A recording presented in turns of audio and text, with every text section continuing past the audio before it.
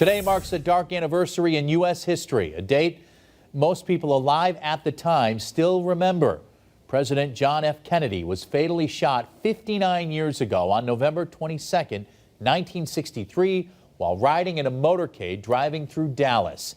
Kennedy was shot in the head and neck and was immediately taken to the hospital, where he was pronounced dead shortly upon arrival.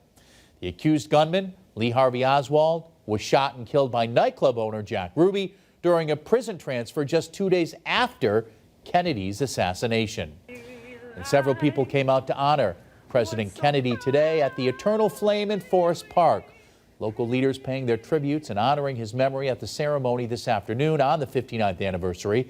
Congressman Richard Neal sharing what he remembers most about the former president.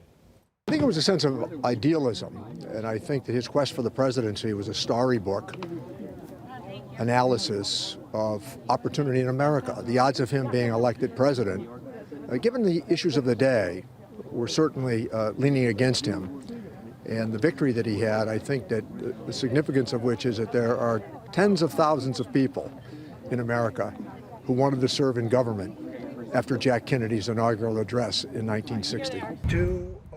The event is held each year to honor the president's memory on the date of his assassination.